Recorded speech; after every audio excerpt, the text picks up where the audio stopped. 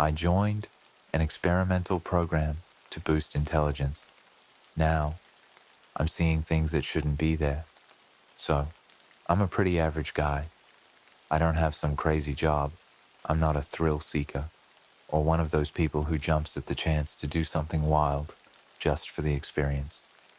Actually, I'm usually the guy who plays it safe, who picks the second most interesting option and then doesn't look back. But this was different, I swear. It all started last month. I was scrolling through my emails, mostly spam, some bills, the usual, when I stumbled upon an invitation to join an experimental cognitive enhancement program. Now, normally, I would have hit delete and forgotten about it in seconds. But I'd been in a weird rut, one of those phases where everything feels a bit grey, you know? I figured, why not? What's the worst that could happen? The program was supposedly run by some obscure lab affiliated with a big-name university. They were looking for people with average intelligence, ouch, and low history of mental illness. I figured I'd fit right in. They promised all kinds of benefits: sharper memory, faster problem-solving skills, even the potential for heightened perception. And here's the kicker. They were offering a decent payment, enough that I wouldn't have to stress about rent for a few months. So, despite the little voice in my head warning me, I hit reply. A few days later, I got a follow-up email with details. The program wasn't held at the university. Instead, they had this remote lab set up on the outskirts of town. I didn't think much of it at the time. They explained that the experiment involved non-invasive neurostimulation, which sounded harmless enough, and all I had to do was show up for an orientation session.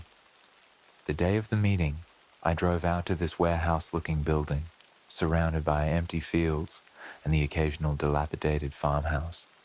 It looked weirdly out of place, like something you'd see in one of those bad sci-fi movies where the aliens come down and abduct people from random buildings in the middle of nowhere. But hey, I'm already here, right? I walked in, and the place was a lot more high-tech on the inside than it looked on the outside. There were white walls, fancy medical equipment I couldn't even begin to name, and people in lab coats bustling around. A guy with thick-rimmed glasses who introduced himself as Dr. Hinton gave me a clipboard and a thick stack of forms to fill out. He had this too perfect smile, like he was hiding something behind it. He assured me it was all standard procedure, just some legal stuff to cover them in case I had any adverse effects. That should have been the first red flag, but I signed every last page. For the first few sessions, it was oddly underwhelming. They'd hook me up to this headset, which looked like a souped-up VR thing, and I'd sit there while they ran these neurostimulation exercises. It felt like a bunch of random flashing lights and sounds, like some trippy video game. Dr. Hinton said the sessions were supposed to unlock dormant areas of the brain, whatever that means. Honestly, it didn't feel like anything was happening.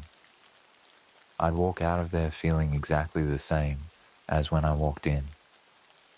Then, about 2 weeks in, things started getting weird. The first thing I noticed was my memory. It wasn't just sharper, it was freakishly clear. I could remember things I hadn't thought about in years, down to the most insignificant details. The color of my childhood bedroom walls, the brand of the cereal I ate on my 10th birthday, even random people's faces I'd seen on the street once and never thought of again. It felt like every memory I'd ever had was now right at the surface, ready to pop up at any moment. At first, I thought it was kind of cool, but then it started getting overwhelming. It wasn't just memories from my own life. I'd start having vivid images of people, places, and things that I'd never seen before. I'd be sitting at my desk at work, and out of nowhere, I'd see flashes of a woman standing in a dark hallway or an empty park at night. Always specific, always incredibly real. But I had no idea who or where these places were. One night, after a particularly intense session, I was lying in bed, wide awake. I just couldn't sleep. My brain felt like it was on overdrive, like I'd downed 10 cups of coffee. I got up to get some water, trying to shake the restless feeling gnawing at me. That's when I saw it. Standing by the window, just outside in the shadows, was a figure. I couldn't make out the face. It was like their features were constantly shifting, blurry and out of focus. But I could see enough to know they were looking right at me. My heart skipped a beat, and I blinked, thinking it was just a trick of the light. But when I looked again, they were still there, just watching. I wanted to yell, to tell them to get lost, but my throat went dry. I just stood there, frozen, until finally I mustered up the courage to look away for a split second. And in that moment, they were gone. The next morning, I tried convincing myself it was a hallucination, or maybe just a bad dream. But deep down, I knew it wasn't. The figure was real, and for some reason, I felt like they were connected to the program. Like whatever they'd been doing to my brain was stirring up something I couldn't control. I thought about calling the program to back out, but something stopped me. Maybe it was the paycheck, maybe it was curiosity, but I told myself I'd go to one more session and see if things would settle down. Spoiler. They didn't. And that's when things started getting really strange. The drive to the lab the next day was different. Everything felt too quiet, too still, like the air was thick with something I couldn't name. The usual sounds, the distant hum of cars, the rustling of trees, were muted, almost drowned out by this strange pressure in my ears. It was like a warning, urging me to turn around. But I kept going. I told myself I was overthinking it. Dr. Hinton met me at the door, grinning like he was my old friend, instead of some overly chipper scientist I'd known for 2 weeks. He seemed to be studying me a little more closely that day, asking how I'd been feeling since the last session. When I mentioned some weird dreams, his eyes lit up, as if that was exactly what he wanted to hear. "Oh, perfectly normal. Part of the process," he assured me, scribbling something down on his clipboard. "It means the stimuli are reaching deeper cognitive layers." I didn't really understand what that meant, but I nodded along. Something about him made me uneasy. His smile looked plastered on, like he was hiding something beneath it, a flicker of impatience or frustration. But I brushed it off and took my place in the chair, letting them strap on the headset and attach the usual electrodes to my scalp. As the session began, I realized something was different this time. The flashing lights felt more intense, almost invasive. They didn't just pulse, they seemed to dig into my brain deeper than before. And the sounds this time weren't the usual random beeps and hums. They were whispers, low and rhythmic, in a language I didn't recognize. It sounded ancient, like something I shouldn't be hearing. I gritted my teeth and held on, hoping it would pass. About halfway through, the lights suddenly cut out. The entire room plunged into darkness. At first, I thought it was just part of the experiment, but then I heard a faint shuffling sound, like something was moving nearby. My heart started pounding, and I called out, "Doctor, Hinton?" No answer. My eyes began to adjust to the dark, and that's when I saw them. Shadows moving across the walls, shifting and blending like living ink. They didn't have any clear shape, but they were wrong, twisting and warping in ways shadows shouldn't be able to. One of them was bigger, closer to the door, and it seemed to be watching me. I felt its gaze like a weight pressing down on me. Hello? I tried again, louder this time, my voice barely above a whisper. Silence. No hum of machines, no rustling from the lab staff. Just me and those shadows. I reached up to rip the headset off, but my arms felt heavy, sluggish, like they were wrapped in invisible chains. I couldn't move. All I could do was watch as one of the shadows drifted closer, stretching out across the floor toward me. My mind was racing, but my body was frozen, paralyzed by fear, or by whatever they'd done to me. The shadow came to a stop inches from my feet, and for a second, it almost looked human. A face seemed to emerge, hollow and gaunt, with deep, empty eye sockets and a mouth that was pulled into this awful, silent scream. And then, just as quickly, it melted back into the floor, vanishing as if it had never been there. The lights flickered back on, and Dr. Hinton was standing right in front of me, clipboard in hand, as if nothing had happened. I don't know how long he'd been there, or how he got so close without me hearing him, but his expression was unreadable. Cold. You look pale, he said, tilting his head. Is everything all right? I wanted to scream at him, to ask what the hell was going on, but the words got stuck in my throat. Instead, I just nodded, my mouth dry. He gave me this tight-lipped smile and removed the headset, patting my shoulder like I was a child who'd had a bad dream. Remember, this is all part of the process, he said calmly. Your mind is simply adjusting to the heightened cognitive state. You're seeing things more clearly now, things you weren't aware of before. I didn't understand what he meant by seeing things more clearly. But he had this look in his eyes, this glint of satisfaction, like he knew exactly what was happening to me, and he was proud of it. The unsettling images and shadows didn't feel like some side effect. They felt deliberate, like they were a core part of whatever I'd signed up for. After that session, I started noticing things outside of the lab too. Little details that seemed off. Shadows that lingered just a bit too long. Faces in crowds that I could have sworn I recognized but couldn't place. And at night, that same figure appeared outside my window, blending into the darkness, watching.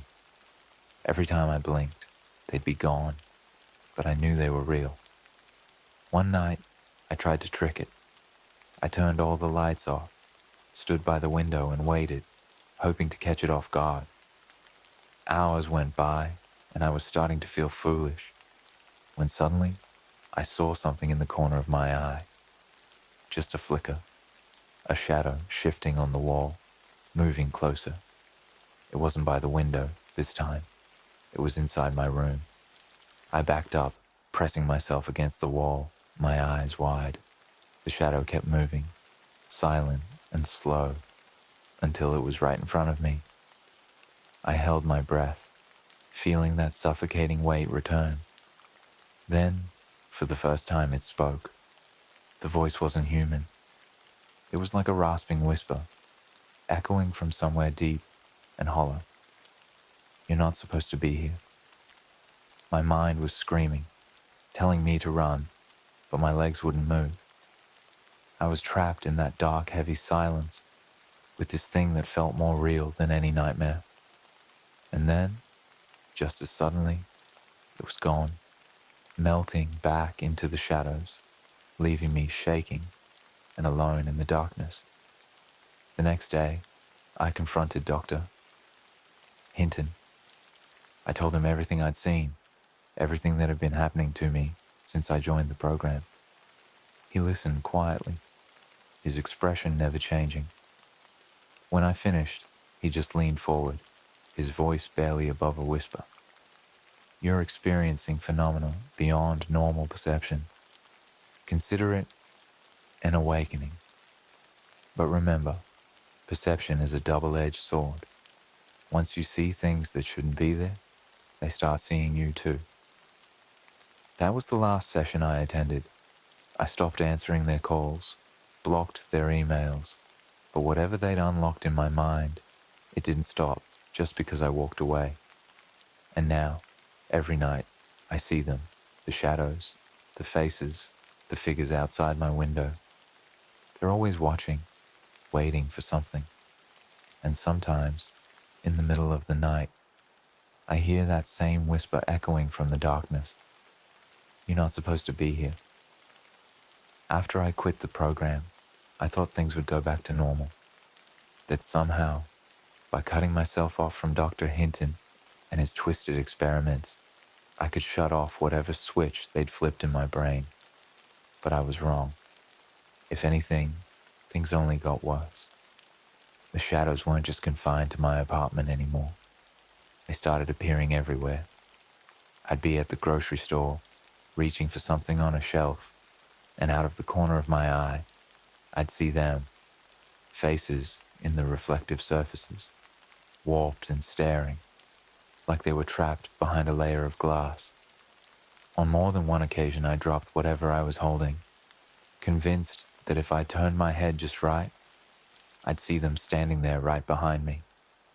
I started avoiding mirrors entirely. Every time I looked into one, something was off. My reflection seemed delayed, like it was catching up to my movements a split second too late. But the worst part? Sometimes it would stare back at me, even after I'd turned away. I could feel its eyes on me, lingering, observing. It didn't feel like me anymore. It felt like something else was watching from behind the glass, waiting for a moment when I wasn't paying attention. One night, I was in bed, trying to convince myself that it was all in my head, that maybe Dr. Hinton was right, and it was just heightened perception. But as I lay there, half asleep, I heard something scratching at my bedroom door. Slow, deliberate scraping, like someone or something was dragging their nails along the wood. My heart was pounding, and every rational part of me was screaming to stay in bed, to ignore it, but I couldn't. I slid out from under the covers, every movement feeling amplified in the silence, and inched toward the door. The scratching stopped, and for a brief moment, I thought maybe it was just my mind playing tricks on me. But when I pressed my ear to the door, there was a soft, raspy whisper on the other side.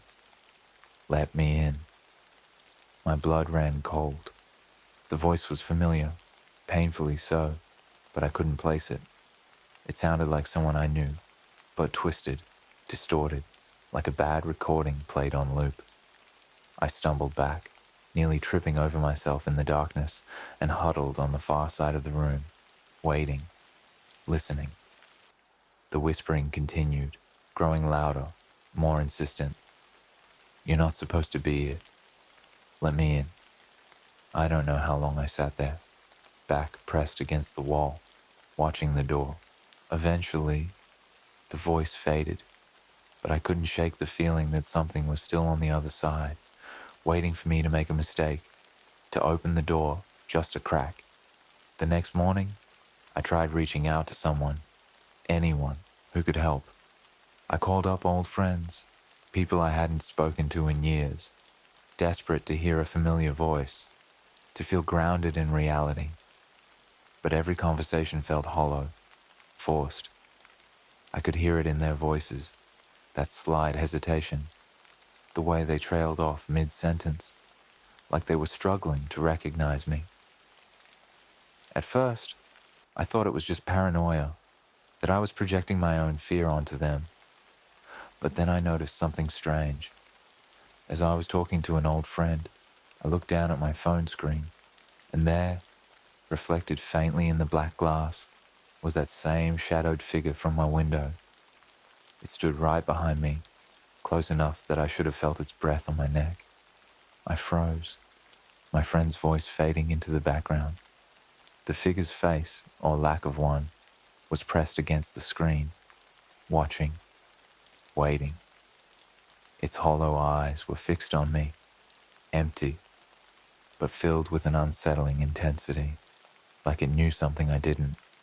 The longer I stared, the more the edges of its face began to blur, its form twisting and morphing into something dark, something unnatural, and just as quickly, it disappeared, melting back into the reflection. "Are you still there?" my friend asked, their voice distant and distorted, as if coming from miles away. I hung up without answering, my hands shaking. I couldn't shake the feeling that the figure was still there, lurking just beyond the edges of my vision, waiting for a moment when I wasn't paying attention. After that, things started unraveling even faster. I'd see them everywhere, the shadows, the twisted faces, all watching me. They didn't feel like hallucinations anymore. They felt real, tangible, like they were slipping through the cracks of my reality. And worse, it felt like they were getting closer, closing in on me, as if the barrier between our worlds was thinning. One night, as I was sitting alone in my apartment, I felt a sudden, suffocating pressure in the room. It was like the air had thickened, pressing down on me from all sides. I glanced around, and there they were, the shadows, filling every corner, shifting and writhing like living smoke. They seemed to pulse with an unnatural rhythm, as if they were breathing, alive. And then, out of the darkness, a voice echoed, soft and chillingly familiar. "You wanted to see, didn't you?" It was Dr. Hinton's voice, but it wasn't coming from a memory. It was here, in my room, somehow woven into the shadows. I tried to respond, but my voice was gone, swallowed up by the oppressive silence. The shadows began to move, closing in, their forms stretching and distorting, reaching out with long, dark fingers. One of them stepped forward, and for the first time, I saw its face up close. It was me, or at least it looked like me, but twisted, wrong. Its eyes were empty, like two gaping voids, and its mouth was pulled into this impossible jagged smile. "You shouldn't have opened the door," it whispered, grinning as it leaned closer. "Once you see us, there's no going back." And then it was gone. The shadows receded, the pressure lifted, and I was alone again. But I knew, deep down, that they were still there, lurking in the edges of my vision, waiting. I don't know what they are or what they want, but I can feel them watching. They're always watching, and each time I catch a glimpse of them, each time I feel their hollow gaze on me, the line between my world and theirs seems to blur a little more. And the worst part? I don't think they're just shadows.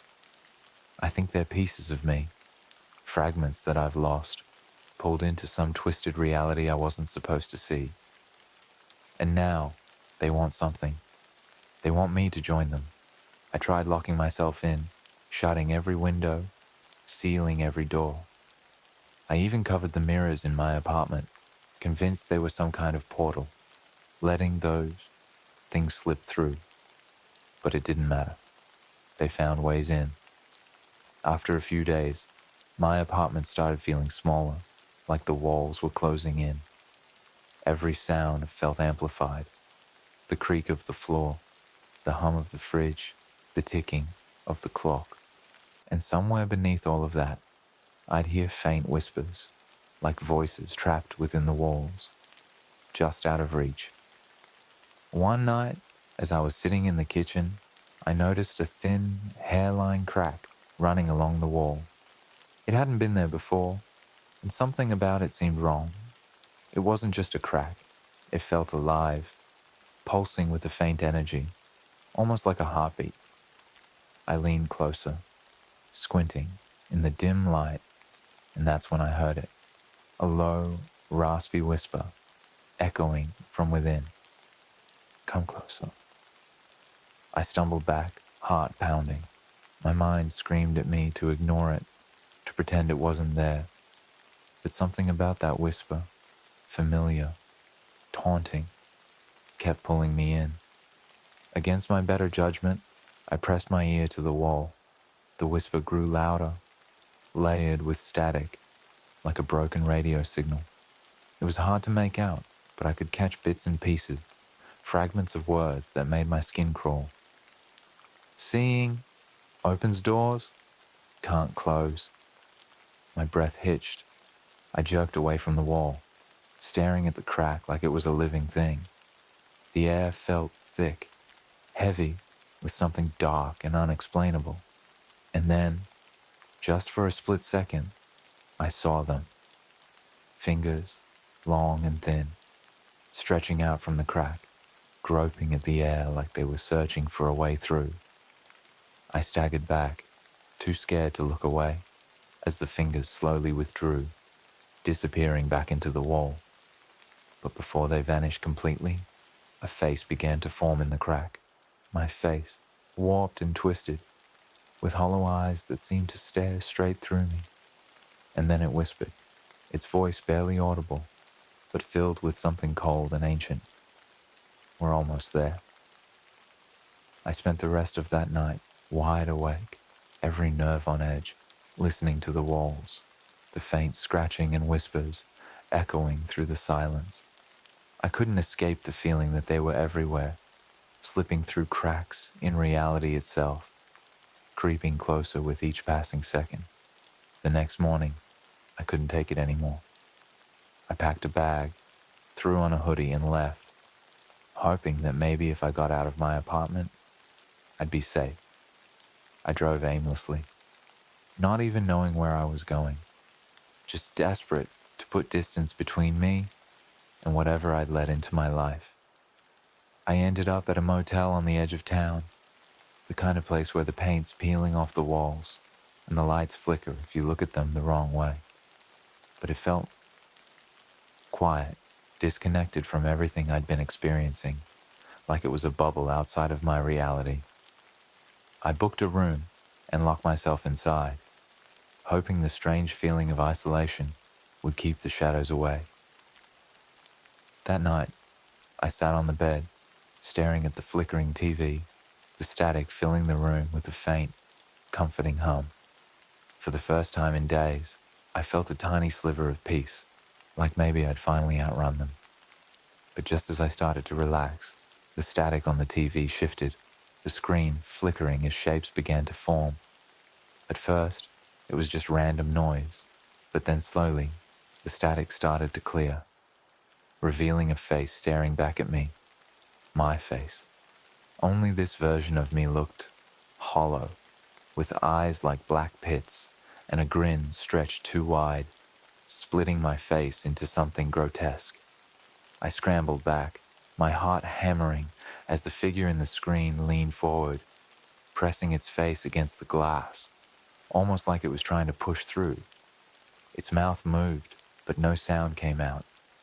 And then, in the corner of the screen, more faces began to appear, familiar and strange, twisted versions of people I'd never seen, all staring at me with the same empty gaze.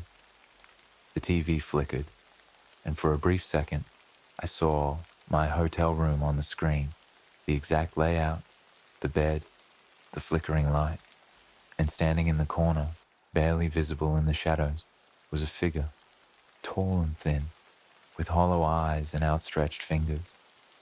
I spun around, my heart racing, but there was nothing there, just the empty room, silent and still.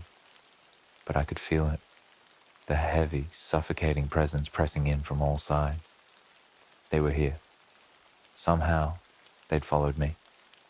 The TV crackled, and the distorted version of me leaned closer, its face filling the screen. Its eyes, dark and endless, seemed to look right through me. And for a moment, I felt like I was staring into some dark, endless void, a place beyond reality itself. And then it spoke, its voice layered with static, cold and distant. There's no escape. You belong to us now. The room felt like it was closing in, the walls pressing closer, suffocating me. I ran to the door, desperate to get out, but when I threw it open, I found myself staring at an endless hallway, stretching on and on, with no end in sight. The lights flickered, casting long shadows that seemed to shift and writhe, alive with something dark and unnameable. I turned back to the room, but the door had vanished, replaced by more endless hallway, stretching in every direction. I was trapped, caught in some twisted version of reality, a place where time and space seemed to fold in on themselves. As I stood there, trapped in the dim, flickering light, I heard them, the voices, the whispers, echoing from the walls, growing louder, more insistent. They were everywhere, surrounding me, their words twisting and blending into something incoherent, yet terrifyingly familiar. I stumbled forward, running through the endless hallways, each turn leading me deeper into the dark, and no matter how fast I ran, I could feel them closing in, their hollow eyes watching, their twisted smiles stretching wider. At one point, I stopped, out of breath, heart pounding, and looked back. The hallway behind me was filled with shadows, dozens of them, all with my face, my eyes, my twisted grin.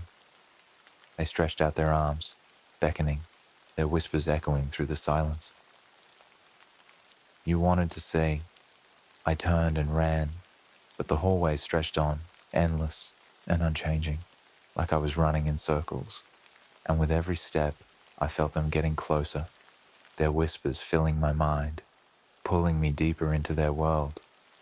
I don't know how long I've been here, or if there's even a way out, but I can feel them, lurking in the shadows, watching, waiting. I don't remember how long I ran through that endless hallway. Hours, maybe even days.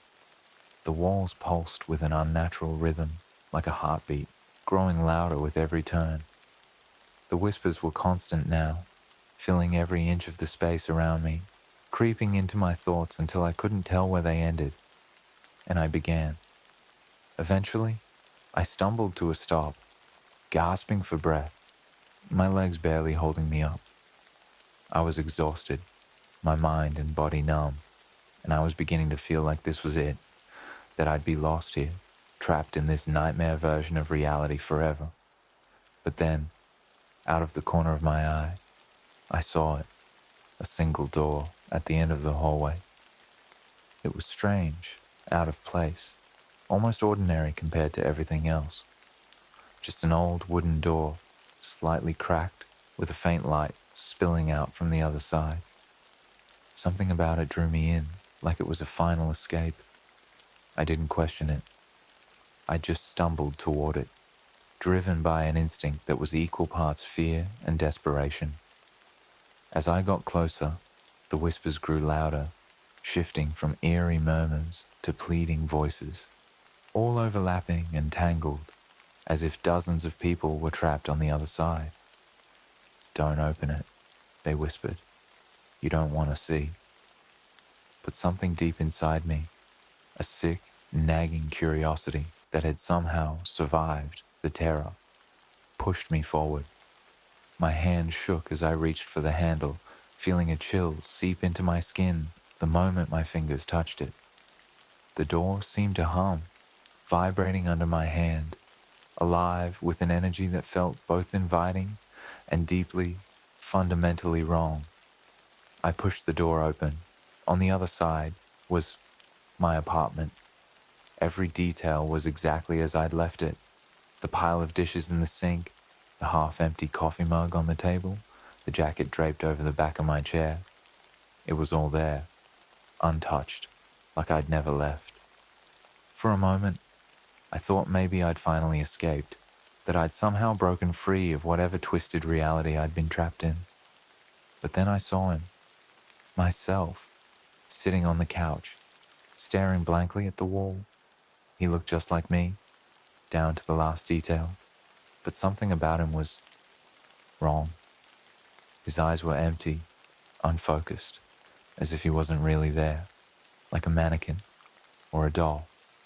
I stood frozen in the doorway, watching as he slowly turned his head, his gaze meeting mine. And that's when I realized he wasn't just sitting there. He was waiting for me.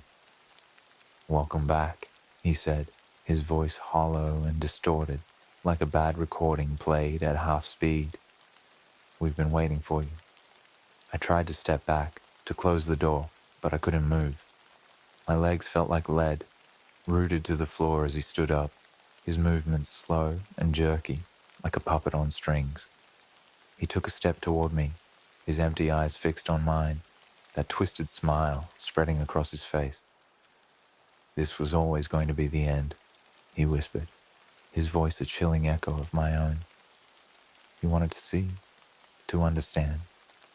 Now you're part of it." Before I could even think to scream, he reached out, his hand cold and heavy, wrapping around my wrist with a grip that felt like iron. The room around us began to shift, the walls rippling like water, warping and stretching, as the shadows poured in from every corner, swirling around us in a dark, endless fog. I felt myself being pulled in, deeper and deeper, the world around me fading, as the shadows closed in. My other self held on to me, his smile growing wider, his hollow eyes boring into mine. And then, in the midst of that darkness, I saw them, the faces, all watching, waiting.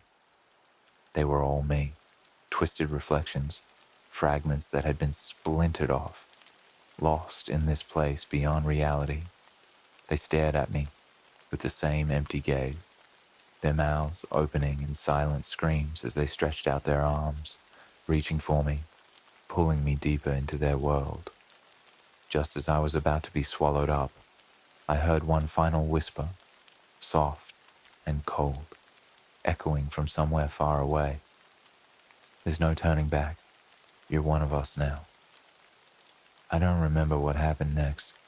All I know is that I woke up here, in this apartment that looks like mine, but isn't. The light is too dim, the air too still, and the walls feel alive, pulsing with that same dark energy. I can feel them watching, waiting just beyond the edges of my vision, shadows that twist and shift whenever I try to look at them. Every so often, I catch a glimpse of them in the mirror, their faces blending with mine, distorted and wrong. They smile when I look, their eyes hollow, like they know something I don't. And sometimes, when I close my eyes, I can still hear the whispers, echoing from somewhere deep inside me. "This is where you belong." I don't know if I'm still me, or if I'm just another one of those twisted reflections, trapped in this endless loop. But I know one thing for sure. There's no escape. I've become part of their world, woven into the shadows, just another fragment of a reality I was never supposed to see. And now, every time I look in the mirror, I wonder, how long before they take what's left of me and I become just another face in the darkness? I took a job at a government lab. The test subjects are begging for help, but I was told not to interact. All right, so let me start by saying that I was just a regular guy looking for a job. Times were tough, and I was flat broke. I'd been unemployed for months, and honestly, I was pretty desperate. When I got a call about a government position that paid well and didn't require a whole lot of experience, I jumped at it. They said it was in a lab, doing observational work, which sounded vague but harmless enough. The interviewer on the phone told me I'd be sitting behind a glass wall, making notes on subjects, whatever that meant. When I got to the lab for my first day, it didn't exactly look like the government facilities you see in movies or whatever. It was low-key, hidden away in an industrial park on the edge of town. The windows were all covered, and the building was surrounded by a high fence. I couldn't even see the entrance until I was right up on it. The guy who greeted me was named Dr. Tiller. He looked like he hadn't slept in days. Dark bags under his eyes, hair kinda messy, wearing the classic white lab coat.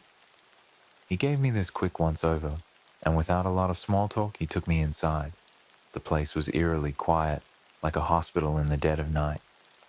Tiller led me through a maze of hallways, all painted that depressing shade of grey that government buildings seem to love. There were no signs, no indications of what any of the rooms were for. Just door after door, with a small observation window, all tinted so dark I couldn't see inside. Finally, he brought me to a small room with a huge, reinforced glass wall that looked into another room. Inside that other room was a person. Or, well, at first, I thought it was a person. It looked like a man, maybe in his 40s, just sitting in a chair, facing the glass. He was strapped down and his eyes were half closed, like he was in some kind of daze. There was something off about him, though. His skin was pale, almost grayish, and his head tilted at a weird angle. "Here's the deal," Tiller said, snapping me out of my thoughts. "You're here to observe. You take notes, write down what he does, what he says, if he tries to communicate with you, but under no circumstances do you interact with him. Understood?" It felt strange, like I was being put in some kind of twisted zoo where I was the one behind the glass. But the money was good, and I needed it. I just nodded and sat down in the chair they had set up in front of the glass. And so I started watching. At first, nothing really happened. The guy in the other room barely moved, just sat there, staring off into the distance. Every now and then, he'd twitch or mumble something, but it was so faint I couldn't make it out. I scribbled down notes, trying to ignore the gnawing feeling that something was horribly wrong. Hours passed, and I was about to nod off myself when he started whispering. It was quiet at first, almost like he was talking to himself, but then his eyes locked onto mine through the glass. He leaned forward as much as his restraints would allow, and for the first time, I could actually make out what he was saying. "Help me. Please. I don't belong here." My stomach did this weird flip, and I swear I felt cold sweat on the back of my neck. I looked around, half expecting Dr. Tiller or someone else to pop in and explain what was going on, but it was just me and the guy in the other room. "Help me," he whispered again, his eyes wide and desperate, his voice strained and hoarse. "They're doing things you don't understand." I remembered Tiller's warning, "Do not interact." So I just sat there, staring, feeling completely helpless. I wanted to do something, anything, but all I could do was keep writing. My hand was shaking so much that my notes were barely legible. The guy kept begging, his voice getting louder and more frantic. His words didn't make sense half the time, like he was slipping in and out of reality. He started talking about the lights and how they hurt, how they were changing him. He rambled on about something in the walls, something watching him. At one point, he even screamed, this guttural, bone-chilling scream that echoed through the room and seemed to vibrate in my chest. Then, just as suddenly, he went silent.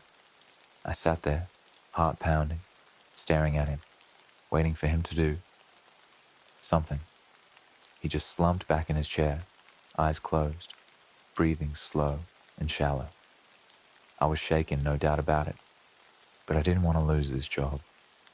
So, I took a deep breath, tried to calm myself down, and wrote down every single thing he'd said. The rest of the night was quiet, but I couldn't shake the feeling that he was still watching me, even with his eyes closed. I kept glancing up at the glass, expecting to see him staring back, but he didn't move again. When my shift ended, I practically sprinted out of there, desperate for some fresh air. The night felt colder than usual, and I could still hear his voice in my head, whispering, begging for help. As I got in my car, I told myself that maybe he was just unwell, some poor guy who'd lost his mind, and they were just keeping him here for observation, like a psych ward or something. But deep down, I didn't believe that. I didn't know what I was getting into. but I had this gut feeling that whatever was happening in that lab was way worse than anything I could imagine. The next shift was even stranger. When I got to the lab, Dr. Tiller was waiting for me with this blank expression. He didn't ask how my first night went or if I had any questions.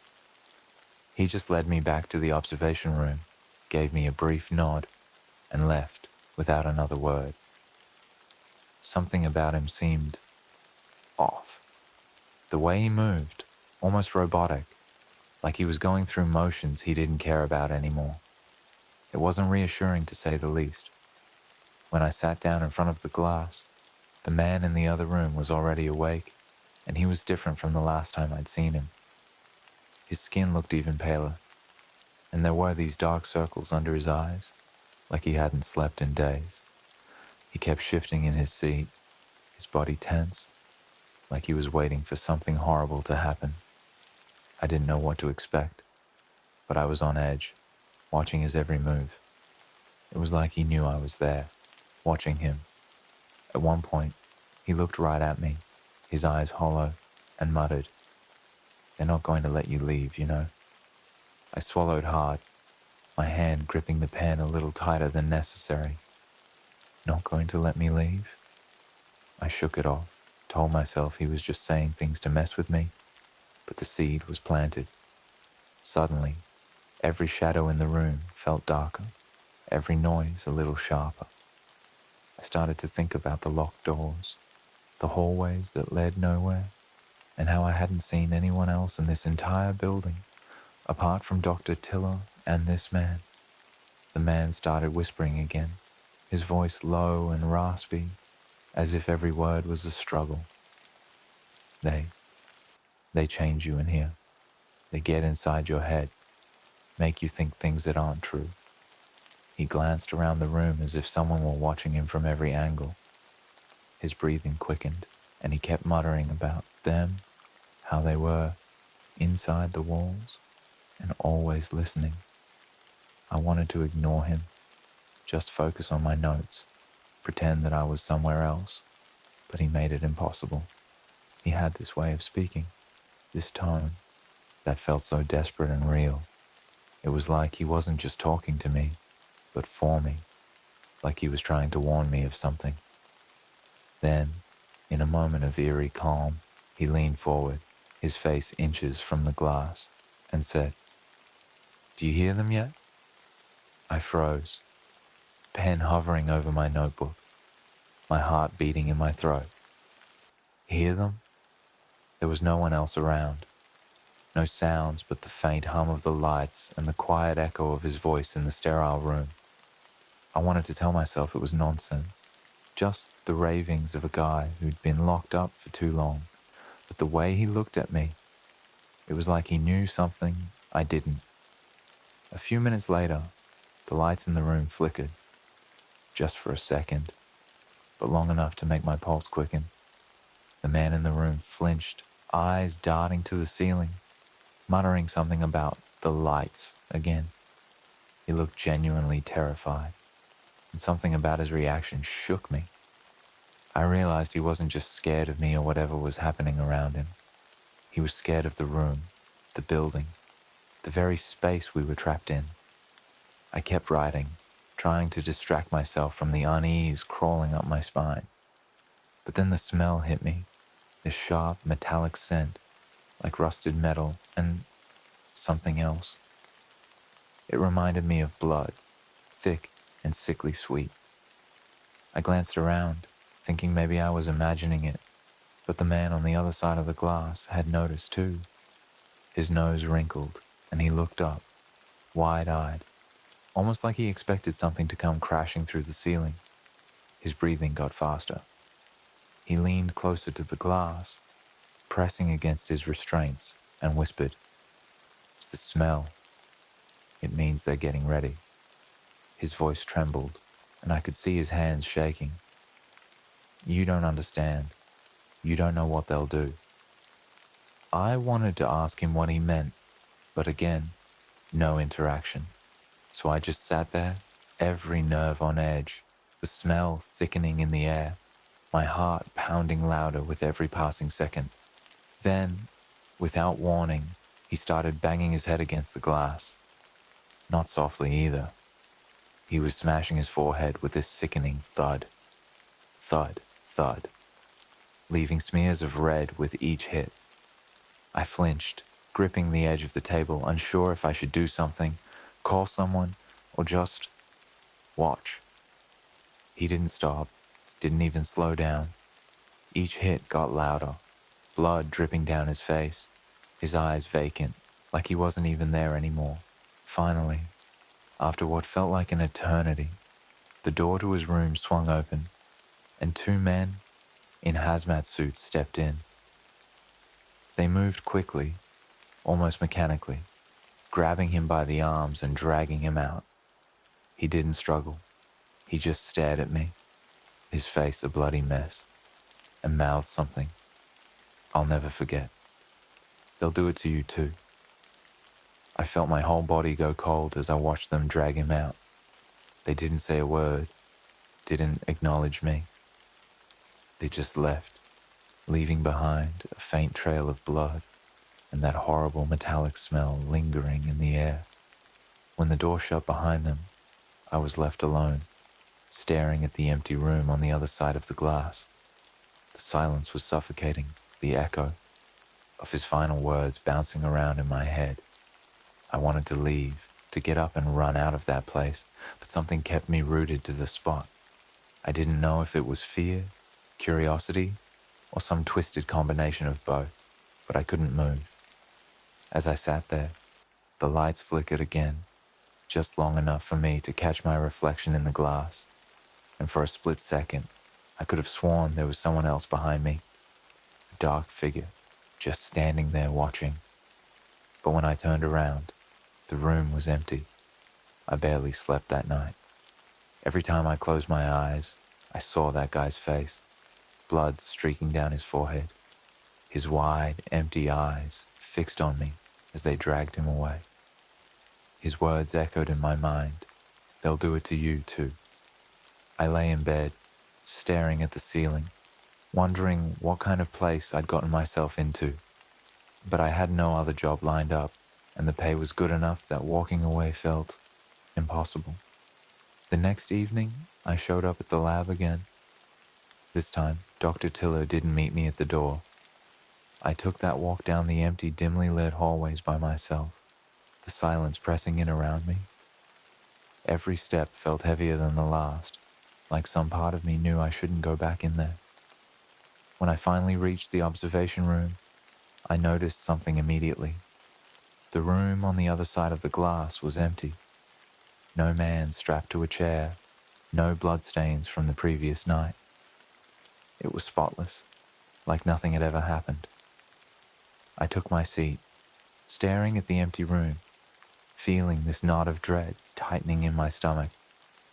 Part of me was relieved he wasn't there, but another part, the part that remembered his desperate pleas, his haunting stare, was uneasy, like I'd missed something crucial. I kept glancing at the clock, wondering if maybe they'd bring him back, or if I was supposed to be observing someone else. I was about 20 minutes into my shift when the door to the other room finally opened. But it wasn't the man from before. This time, they brought in a woman. She looked younger, maybe in her 20s, with dark hair pulled back into a messy bun. Unlike the guy, she wasn't strapped down, but her face, I'll never forget the look on her face. She looked terrified, her eyes darting around the room like a cornered animal. She sat down on the chair slowly, her hand shaking as she gripped the armrest. For a moment, we just stared at each other through the glass. I could see her mouth moving, whispering something, but I couldn't hear her. Then she pressed her hands to the glass, leaning forward, her voice so faint it was almost lost to the hum of the lights. "Please," she whispered, her eyes locked onto mine. "Don't let them take me. They're doing things in here. Things that..." She trailed off, glancing over her shoulder, her face going pale as if she could feel something lurking just out of sight. I leaned back in my chair, my heart pounding, every instinct screaming at me to get out of that room. I wanted to call for Dr. Tiller, ask him what the hell was going on, but I had this sinking feeling that it wouldn't do any good. Besides, the rule was clear, no interaction. But she didn't stop. Her voice grew more frantic, her whispers turning into desperate pleas. They're going to change me. They're going to make me something else. I don't want to disappear. Her voice cracked, and I could see tears welling up in her eyes. Please, you're the only one who can help me. I just sat there, frozen, staring at her, feeling completely helpless. I could see her hands trembling against the glass, her nails chipped and dirty. It was like she'd been clawing at something, trying to escape. She looked over her shoulder again, then back at me, her eyes filled with this gut-wrenching fear. They'll come for you too. You can't trust them. Then the lights flickered, just like the night before. She flinched, pressing her back against the glass, her breathing ragged. I could feel my own chest tightening, like the air in the room was suddenly too thick, too heavy. And then, out of nowhere, that smell returned, that sickly, metallic tang that filled the air, seeping into my lungs. But this time, it was stronger, more overpowering. I could taste it, bitter and wrong, like decay, mixed with something sterile and cold. I tried to cover my nose, but it was everywhere, soaking into the walls, the floors, the glass. The woman gagged, pressing her hand over her mouth, her eyes wide with terror.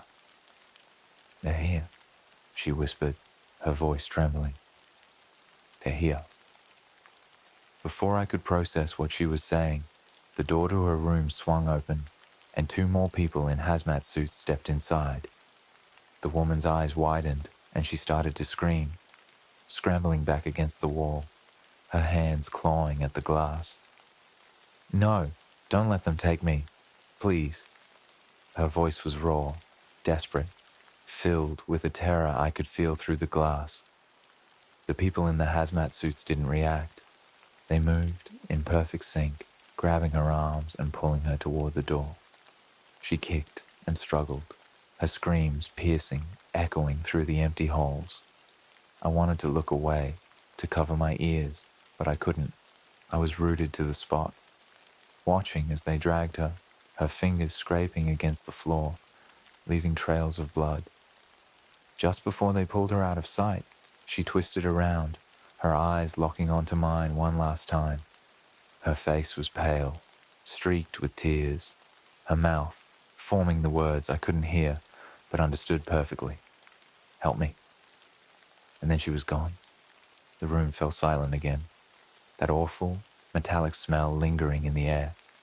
I sat there, my heart racing, my hands trembling, feeling like I was trapped in a nightmare I couldn't escape. I wanted to run, to get as far away from that place as possible, but I knew I couldn't leave. Not yet. As I sat there, staring at the empty room, I noticed something strange, a tiny, almost imperceptible smudge on the glass. I leaned forward, squinting, trying to make it out. It looked like a fingerprint, smudged, faint, but unmistakable. I reached out, touching the spot on my side of the glass. The instant my fingers brushed the glass, I felt a shock, a jolt of cold that shot up my arm, freezing me to the core. I pulled back, heart hammering, and looked around, half expecting someone to walk in, to explain, to tell me this was all just some twisted test. But I was alone.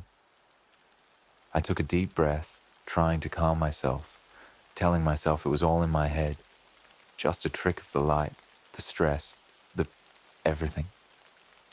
But as I turned to leave, I felt something that stopped me cold.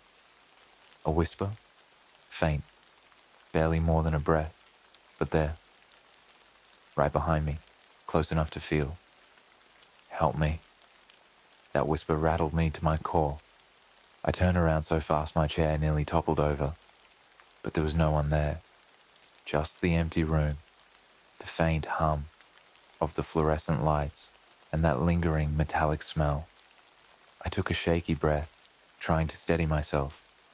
My mind was racing, telling me that maybe I was imagining things, that maybe the fear and exhaustion were getting to me. But deep down, I knew that wasn't it. I decided to leave early that night. I didn't care about the job or the pay at that moment. I just needed to get out, to feel the cool air and distance myself from that place. I half expected someone to stop me as I made my way through the deserted hallways, but no one did. It was like the whole building was holding its breath, waiting for something. When I got outside, the night air felt colder than it should have, like even the air around this place had been tainted by whatever was happening inside. I didn't stop walking until I got to my car, practically throwing myself into the driver's seat and locking the doors. The drive home was a blur. I couldn't get that woman's face out of my head, her wide, terrified eyes as they dragged her out of the room. The way she'd looked at me, like I was her last chance, the only one who could help. And then, that whisper. I barely slept. Every time I drifted off, I'd hear her voice again. That soft, desperate plea, help me, echoing in the back of my mind. By the next day, I was a mess.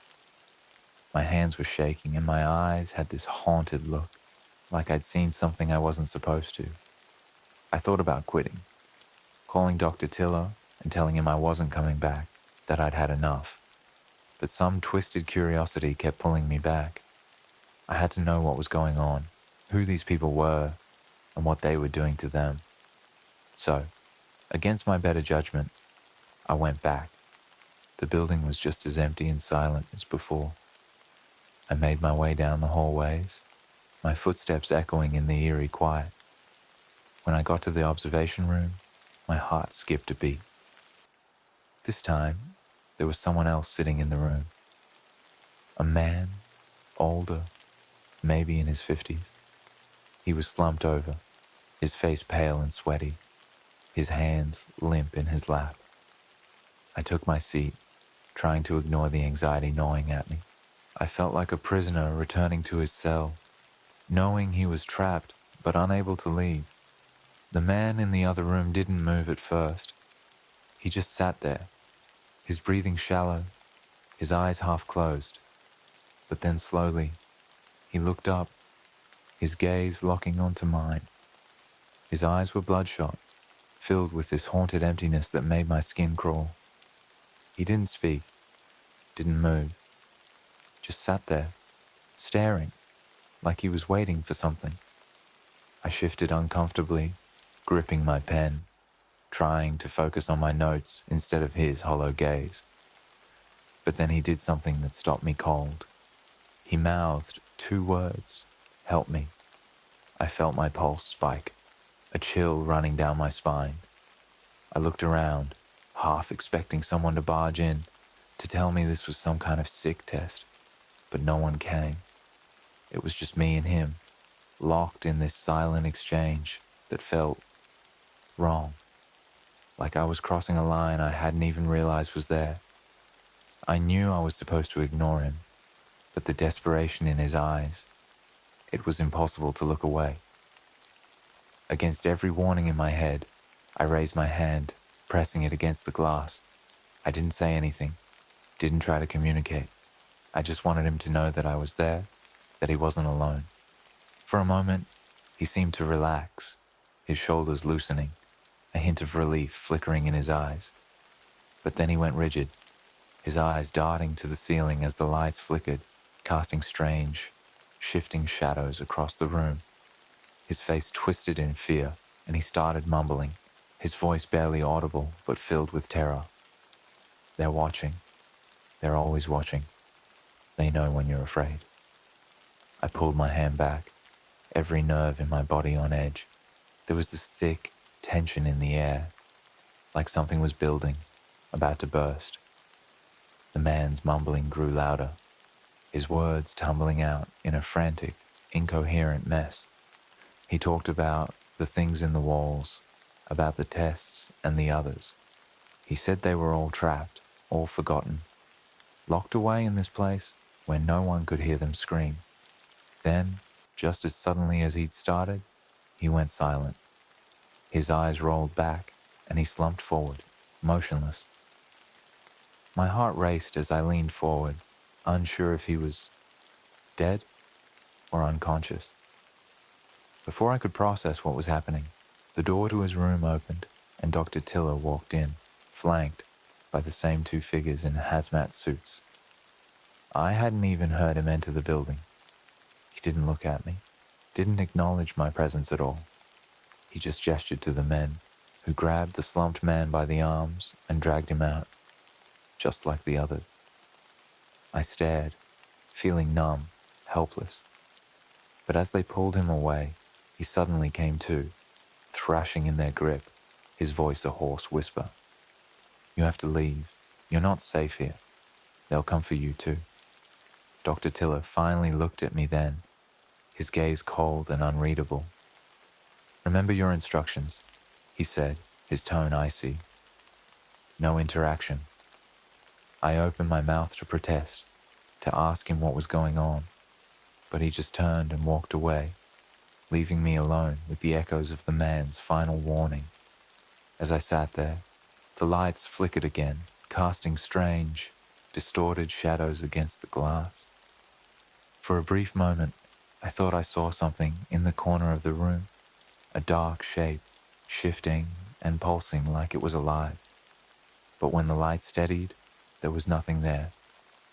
I gathered my things and left, my mind a whirlwind of fear and confusion. The building felt darker, colder than before, and as I walked down the hallways, I couldn't shake the feeling that I was being watched. I knew I shouldn't go back. After that last shift, every rational part of me screamed that I should just cut my losses and leave. But there was this gnawing feeling in the back of my mind, a haunting curiosity that I couldn't shake. I needed to know what was happening in that lab. I needed answers. So, for reasons I still can't fully explain, I showed up again the next night. The building felt even emptier than before. The hum of the fluorescent lights seemed louder, more oppressive, filling the silence like a low, menacing growl. I made my way to the observation room, my footsteps echoing in the sterile hallways. When I got there, the room beyond the glass was empty, just like the night before. I took my seat, waiting, feeling the weight of the silence pressing down on me. The minutes ticked by, each one heavier than the last. Part of me wondered if maybe there wouldn't be a subject tonight, that maybe they decided to leave me there alone, just watching an empty room. But then, after what felt like an eternity, the door to the other room opened, and Dr. Tiller walked in. He didn't look like he usually did. His lab coat was gone, and his face was pale, drawn, like he hadn't slept in days. His movements were slow, deliberate, as if he were dragging himself forward against his will. He didn't look at me, didn't acknowledge my presence on the other side of the glass. Instead, he took a seat in the middle of the room, facing the glass with a blank expression. For a moment, we just stared at each other, separated by that thin barrier, but it felt like a chasm. His eyes were empty, hollow, as if he were a shell of the man I'd met on my first day. Then, slowly, he opened his mouth, his voice barely more than a whisper. "They told me you would come back." I froze, my hand gripping the edge of the table. There was something wrong about the way he spoke, like the words weren't entirely his own, like he was reciting something he'd been forced to say. "They watch us," he continued, his gaze unfocused, staring through me rather than at me. "They study us, break us down, piece by piece, until there's nothing left." I wanted to speak, to ask him what he meant, but my voice caught in my throat. I could feel the walls closing in around me, the air growing thick and suffocating. Dr. Tiller's hands twitched, his fingers curling and uncurling as if he were fighting some unseen force. "I thought I was safe," he murmured, his voice cracking. "I thought I could control it, but they're inside. They're in my head, in my thoughts. They're everywhere." His eyes suddenly sharpened, locking onto mine, and for the first time I saw a flash of the man I'd met on my first day. Desperate, terrified, human. "They're coming for you," he whispered. "They've already started. You've felt it, haven't you? The whispers, the shadows. You've seen them." I felt my skin crawl, every hair on my body standing on end. I wanted to deny it, to tell him he was wrong, but I knew he wasn't. I'd felt it, the presence lurking just out of sight, the feeling of being watched, the whispers that haunted my nights. I thought I was losing my mind, but now I realized it was something far worse. He leaned closer to the glass, his face twisted in agony, his voice barely more than a breath. "They don't just take you, they consume you. They eat away at your mind until there's nothing left but them. And once they're done, you become a part of this place, forever." As he spoke, the lights began to flicker, casting strange, shifting shadows across his face. The room grew colder, the air thick with that metallic, sickly smell. I felt my heart hammering in my chest, every instinct screaming at me to run, to get as far away as possible. But I was rooted to the spot, trapped in his gaze, unable to look away. Dr. Tiller's face twisted, his expression contorting with fear and despair. He reached up, pressing his hands against the glass, his fingers trembling. "Please," he whispered, his voice breaking. "Get out. Leave this place. Before they take you too." And then, as if some unseen force had seized control, his face went blank, his eyes empty once again. He slumped back in his chair, his hands falling to his sides, his body limp, lifeless. The lights flickered one last time, plunging the room into darkness. For a few heart-stopping moments, I sat there, alone in the dark, the silence pressing down on me like a weight. I could feel something, someone, in the room with me, breathing, watching. I didn't dare move, didn't even breathe, waiting, hoping that it was all in my head. Then slowly, the lights flickered back on. The room on the other side of the glass was empty. Dr. Tiller was gone, as if he'd never been there. The only sign he'd ever existed was a faint smear on the glass, a handprint left behind, pressed against the surface. I didn't wait to see if anyone else would come in. I grabbed my things and left, practically sprinting down the hallways, the echo of his final words ringing in my ears. I didn't stop until I was outside, the cold night air biting at my skin, my heart pounding like a drum. I never went back. I didn't even pick up my final paycheck. I just disappeared, left that job behind, hoping I could outrun whatever had happened in that lab. But every now and then, in the dead of night, I still hear them, the whispers, the faint, desperate voices, calling from somewhere I can't reach. And when I close my eyes, I see their faces, the man, the woman, and now, Dr. Tiller. Their eyes hollow and empty, staring back at me, pleading for help. I moved to a new town, changed my number, even started going by a different name. But no matter where I go, I can still feel it. Like something is watching, lurking just out of sight, waiting. I volunteered for a dark web study on longevity. My body hasn't aged in months, but something's wrong. All right, let me just say this up front. I was never really the type of person who'd go messing around on the deep web, But sometimes life's weird, right? I was in a rough spot, desperate for cash, just trying to keep my head above water. So, when I stumbled across this opportunity to earn a fat stack of cash in exchange for being a part of some longevity experiment, I thought, why not? Besides, it's just an experiment. What's the worst that could happen? Famous last words, right? Anyway, the whole thing started when I came across this random forum while browsing late one night. It wasn't a typical deep web forum with the freaky horror stories you'd expect. It looked pretty standard, like any medical research site. They were recruiting participants for a longevity study. No weird disclaimers, no crazy rituals, just your standard consent forms and waivers. The ad was pretty straightforward. Looking for healthy individuals aged 25 to 35 for a longevity study. Must have no serious medical conditions. Participants will receive $10,000 for their involvement. 10 grand?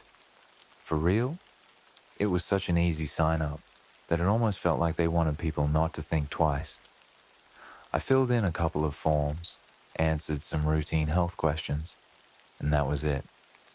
Within 48 hours, I got an email saying I was accepted.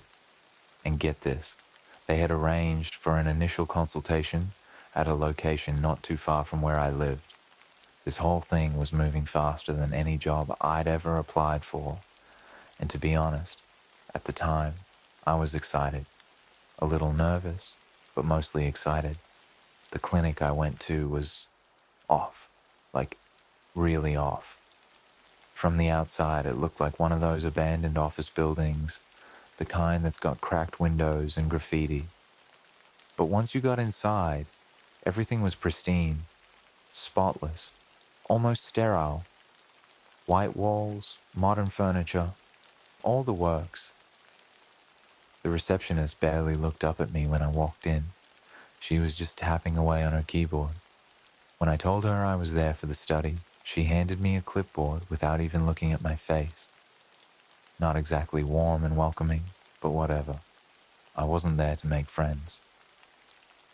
Then they took me into this examination room, which was even more unsettling. The walls were painted a deep, dark green, and the only light source was this huge, single LED fixture hanging directly above the exam table. There were no windows, no clocks, just that one light making everything feel claustrophobic. Before I knew it, a nurse, or at least I think she was a nurse, came in and started prepping me for something. The woman didn't say a word to me, just motioned for me to sit on the table.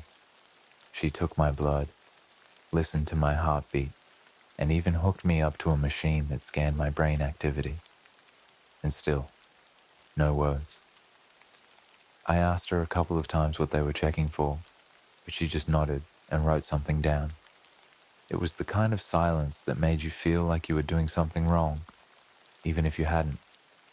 Then, out of nowhere, this guy in a suit walks in. He didn't look like a doctor, more like a businessman. No lab coat, just a sharp suit and the kind of smile that doesn't reach his eyes. He introduced himself as Dr. Westbrook and told me he was the lead researcher for this longevity study. His voice was so calm, it was almost hypnotic. He said something like, "You're about to be a part of a revolutionary discovery in human health." His words should have been reassuring, but something about his tone sent a chill down my spine. After a quick consent speech, he handed me a vial filled with a strange, clear liquid and told me to drink it. I paused for a second, and he raised an eyebrow, as if daring me to question him. Against my better judgment, I swallowed it down. Tasted like nothing, like pure water, but somehow thicker. He told me it would help my body prepare for the experiment. I didn't feel any different at first, but over the next couple of weeks, weird things started happening. First, my sleep patterns got really strange. I'd lie down at night, close my eyes, and it'd feel like no time had passed when my alarm went off. No dreams, no tossing and turning, just out like a light. And then, bam, morning. I should have felt tired, but I was always wide awake, alert, like I'd had the best sleep of my life. And that was just the beginning. Within a month, I started noticing other changes. My skin, it looked different. Smoother, maybe. And I swear, one day I noticed this tiny scar on my hand just vanish. It was a small thing, barely noticeable, but I'd had it since I was a kid. It should have been there. I checked like 5 times, but it was completely gone. And it wasn't just the scar. I hadn't gained or lost a single pound. My hair stayed exactly the same length, and I even stopped needing haircuts. But the creepiest part was when I realized I hadn't aged. It sounds ridiculous, I know, but after 3 months, I looked exactly the same as I did on day one. Not a single change. I showed my friends old photos, but they just shrugged it off, saying I always looked young. But I knew something was wrong. I went back to that clinic a few times for follow-ups. Dr. Westbrook and the silent nurse would run their tests, never answering my questions. The same checkups, the same emotionless nods. Every time I tried to talk to the other participants I'd seen in the waiting room, they'd just look away, avoiding eye contact like they were terrified of something. It was like being surrounded by ghosts, people who were there but didn't seem alive. One day, after another round of follow-ups, I overheard Dr. Westbrook talking to someone down the hall. He didn't notice me, so I stayed quiet, listening from around the corner. They were discussing phase 2 of the experiment, something about increased longevity adaptations. I felt my stomach twist. Phase 2? No one had mentioned phases before, and adaptations. I didn't sign up for that. By the time I left that clinic, my head was spinning. I felt like I'd just read the last chapter of a horror novel, but I'd missed all the pages before it. After that last visit to the clinic, I couldn't shake the feeling that I'd stumbled into something way over my head. Phase 2 echoed in my mind, and the word adaptations was on loop like a broken record. What kind of adaptations were they talking about? I started digging, trying to figure out if anyone else had experienced something similar. But every time I searched for information about the study, I hit dead ends. No one had posted about it, not a single forum thread or blog. It was like this entire study didn't exist outside that clinic. And the clinic itself? No official website, no phone number, just the address I'd been given. Over the next few weeks, things started getting stranger. My appetite vanished. I didn't notice it at first. I just assumed I was too busy to eat. But then it hit me. I hadn't felt hungry, not once, in over a month. I started testing it out, seeing how long I could go without food. I pushed it to 3 days, then 5. And the whole time I felt fine. Better than fine, actually. My energy levels never dipped. It was like my body didn't need food at all. That's when I started keeping a journal, trying to track these changes.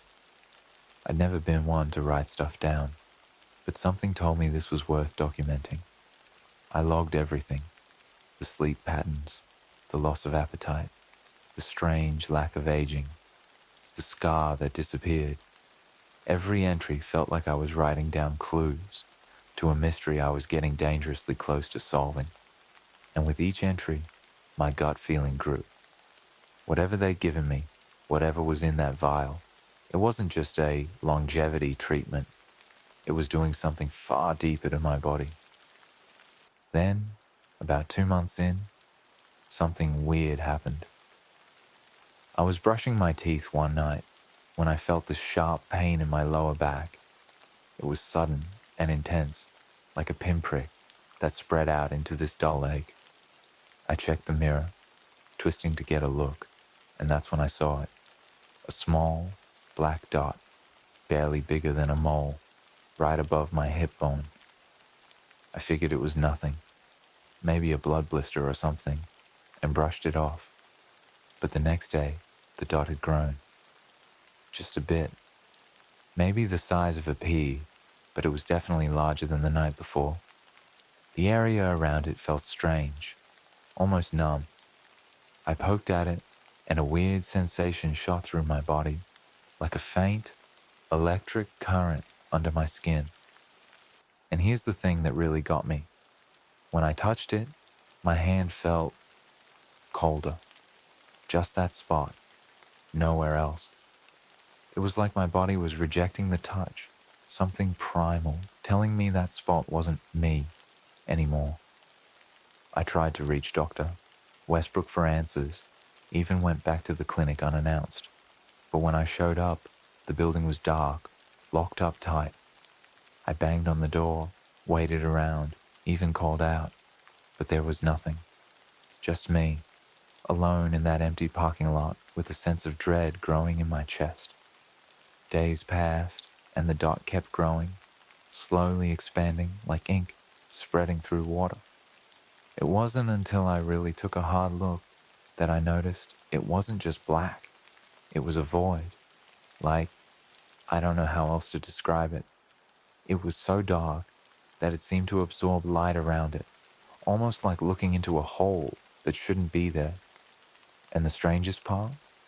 It wasn't just on the surface.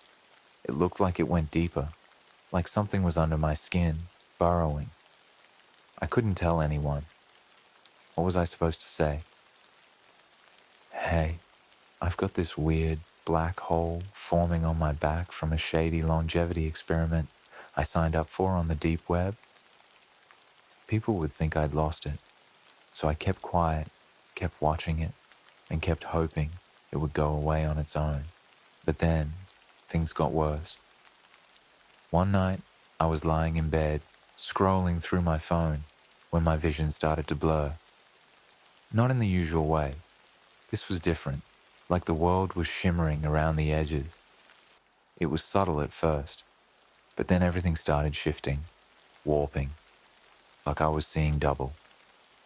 I sat up, blinked hard, trying to clear it, but it only got worse. My walls, my furniture, everything looked like it was rippling, like there was something beneath the surface. I shut my eyes tight, hoping it was some kind of weird side effect from staring at my screen too long. But when I opened them, I nearly jumped out of my skin.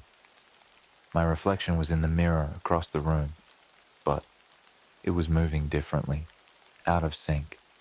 I'd tilt my head, and a second later, my reflection would follow. I raised my hand, and there it was again. A lag, like the reflection was something else, something trying to imitate me, but just a fraction off.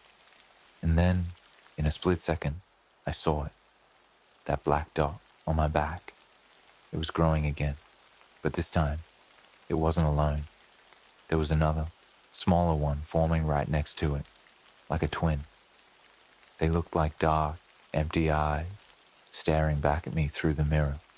I stumbled back, away from the mirror, feeling my skin crawl. I could swear I felt them move under my skin, like tiny pricks of ice pressing outward. At this point, I knew I had to get some answers. I checked the dark web forum, hoping to find the original post or some contact info.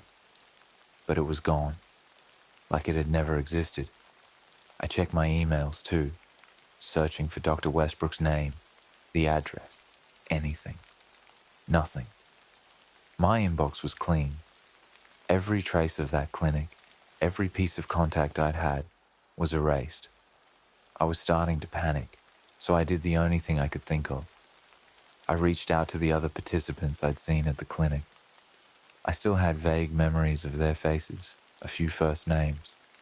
I searched social media, forums, anywhere I thought they might be.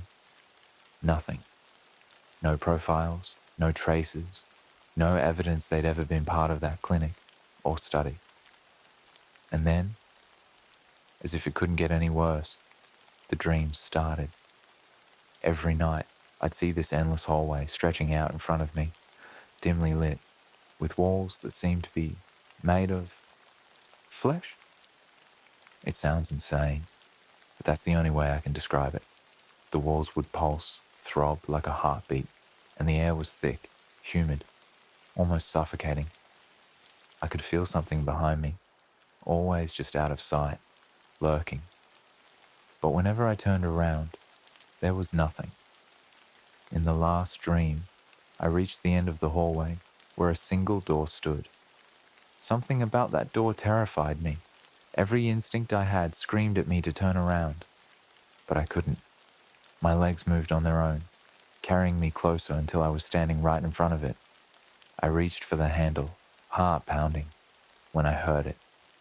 A voice, faint but distinct, whispering my name from the other side. It sounded like me, but distorted, echoing, almost mocking. I woke up, drenched in sweat, my heart racing like it was trying to beat out of my chest. And then, as I sat there catching my breath, I realized something horrifying. The second black spot had spread further. It was inching up my spine now, the edges merging with the original. It felt alive, like it was part of me, and yet not. This wasn't just a study. Whatever they'd done to me, whatever that vial contained, it was turning me into something else. I was losing control, and deep down, I knew it. Whatever was happening to me wasn't stopping. It was growing, evolving in ways I couldn't understand. Those black spots on my back had started to merge, forming a shape that stretched across my skin like a web, dark veins branching out from the center. And each morning, I'd wake up feeling less like myself, less like I was in control of my own body. One night, I was sitting alone in my apartment, trying to distract myself with TV, anything to take my mind off the nightmare I was living. That's when the power went out. Total blackout. It was pitch dark, the kind of dark that makes you feel like you're underwater, unable to breathe. I grabbed my phone, switching on the flashlight, and that's when I heard it. A faint, buzzing sound, almost like static, coming from the far corner of my room. I slowly swept the light across the room, my heart pounding in my ears, and then I saw it. My mirror. It was vibrating, like something was pressing against it from the other side. The glass rippled, and I swear I saw something in there, just behind my reflection. A face. Not mine. This thing was pale, with dark, empty eyes, and a smile that was way too wide, stretched unnaturally. And as I watched, it leaned closer, pressing its face against the glass, like it was trying to push its way through. I stumbled backward, barely able to breathe. My phone slipped from my hand and the room plunged into darkness. I felt paralyzed, pinned down by this presence, this thing that was just waiting, watching. My heart hammered so hard I thought it might stop. And then, just as suddenly, the power came back on. The room was bright again, normal, everything back in its place. The mirror looked ordinary, reflecting nothing but my own terrified face. I wanted to believe it was a hallucination, some twisted side effect from whatever they'd done to me. But when I looked closer, I noticed a faint smudge on the inside of the glass, right where that thing's hand had pressed against it.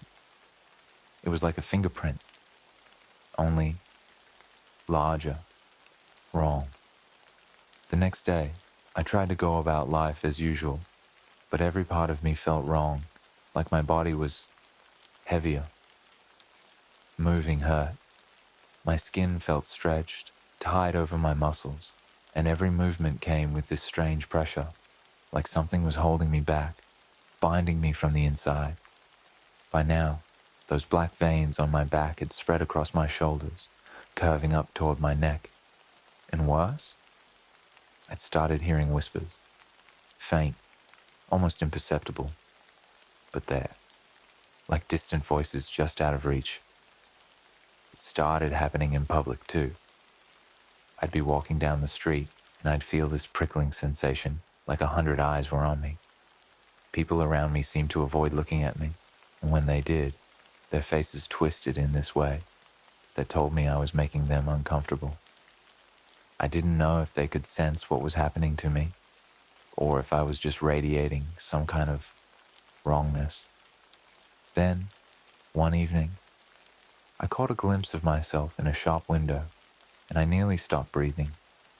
It was subtle, but my reflection didn't match up with my movements again. I'd turn my head, and it would lag, like a bad video call. And this time, I could see something behind my eyes, a darkness that wasn't me, something lurking just beneath the surface. I went home, locked the doors, and shut off all the lights. I don't know why I thought the darkness would keep me safe, but in that moment, it felt like the only thing I could do. I sat on the floor, back against the wall, and that's when I noticed the buzzing again. Louder this time, like it was coming from inside my head. I pressed my hands to my ears, but it didn't help. The sound grew, twisting into a distorted, crackling voice that seemed to crawl up my spine. It was my voice, or at least, it sounded like me. But it was warped, drawn out, each word stretched and echoed. And the words, they were familiar. It was saying things I'd thought, memories from days I couldn't quite recall, only they were twisted, bent into something darker. My own voice whispering my thoughts back to me, but in a way that felt like I was hearing them for the first time. Then in a voice so clear it made my skin crawl, I heard it. We are almost ready. Ready for what? I had no idea, but I knew it wasn't good. Whatever they were, whoever had done this to me, they had a plan, and I was just a pawn. I barely slept that night. Every time I closed my eyes, I felt the darkness creeping up on me, felt that buzzing static waiting to slip back into my head. The few times I did drift off, I was right back in that endless hallway from my dreams, the one lined with pulsing fleshy walls. Only this time, it was different. There was no door at the end. Instead, the hallway stretched endlessly, and as I walked, I could feel something watching me, waiting for me to make a wrong move.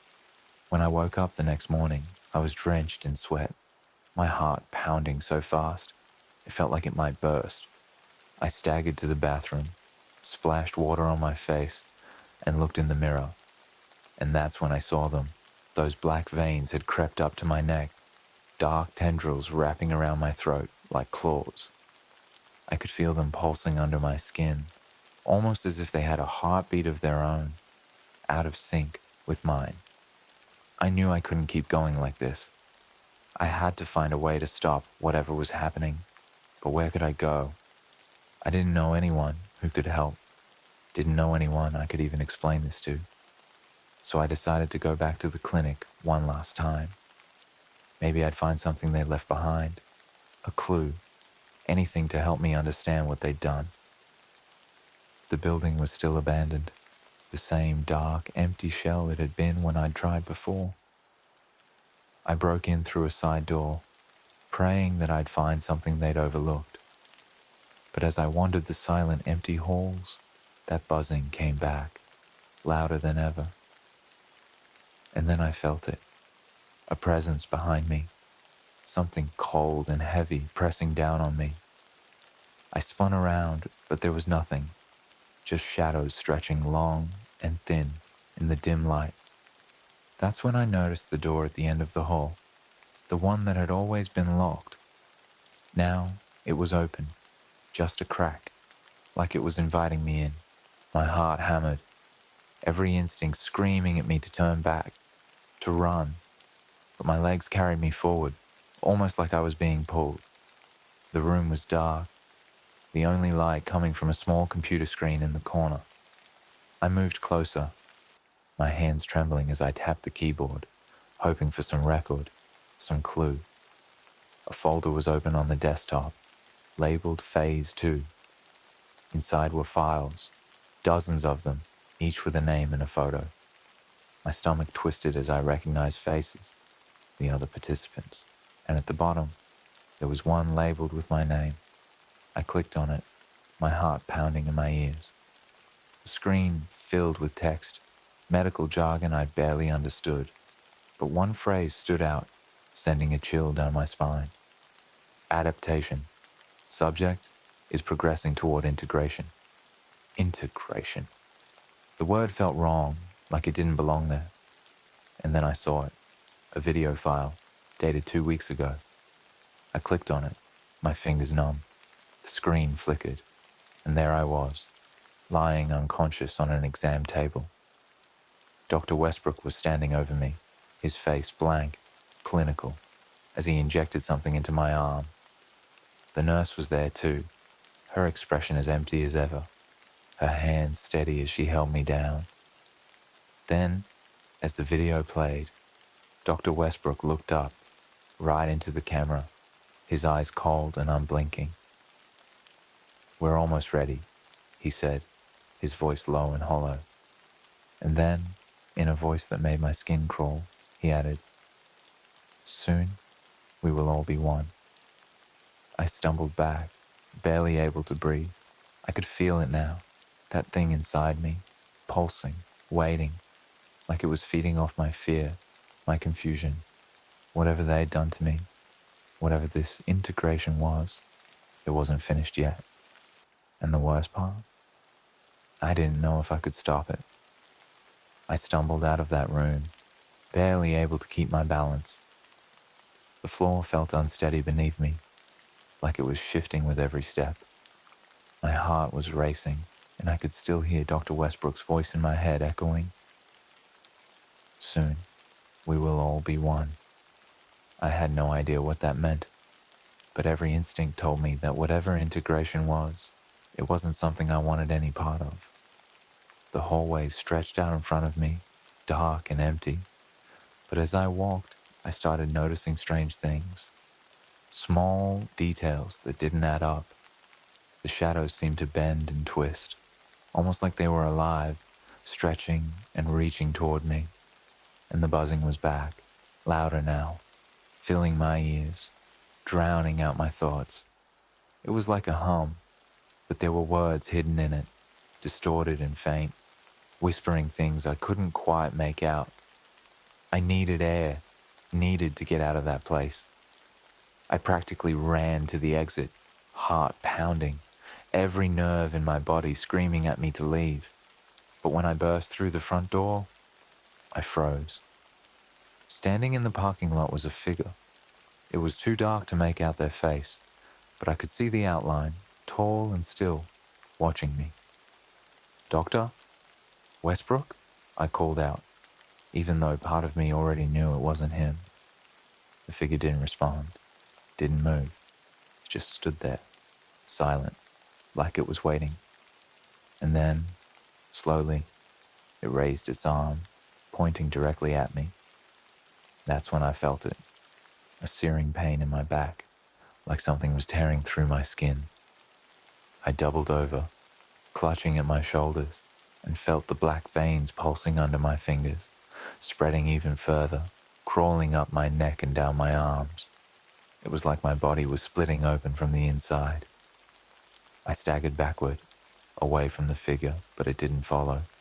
It just lowered its arm, watching me with a gaze that felt cold, detached, almost like it was disappointed.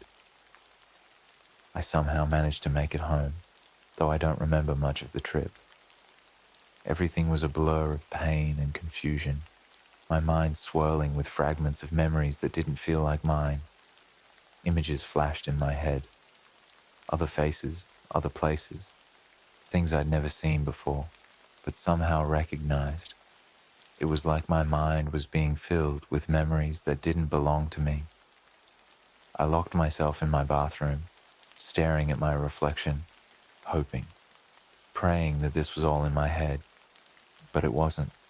The black web of veins had spread across my entire back, twisting around my shoulders, snaking down my arms. They looked like roots, dark and pulsing, almost as if they were alive. And my eyes, I could barely recognize myself. There was a darkness in them, something hollow and empty, like a void staring back at me. I wanted to scream, to claw the thing out of me, but I couldn't. It was like my body wasn't mine anymore, like something else was in control, keeping me calm, holding me back. I sank to the floor, feeling defeated, trapped, like a prisoner in my own skin. That's when I heard it, the whisper. It was faint, barely more than a breath, but it was there, in my head, like someone was speaking to me from the inside. "You're almost ready." I shot up, clutching my head, trying to shake the voice out, but it was relentless, growing louder, echoing through my mind. It was my voice, but twisted, warped, like it had been stretched out, distorted. And as it spoke, I felt something shifting inside me, like a second heartbeat, pulsing out of sync with my own. Then, just as suddenly as it had started, the voice went silent. And in that silence, I felt a presence, a cold, calculating presence lurking in the back of my mind. It was waiting, watching, and I knew, without a doubt, that it was the same thing I'd seen in the mirror, the thing that wasn't me.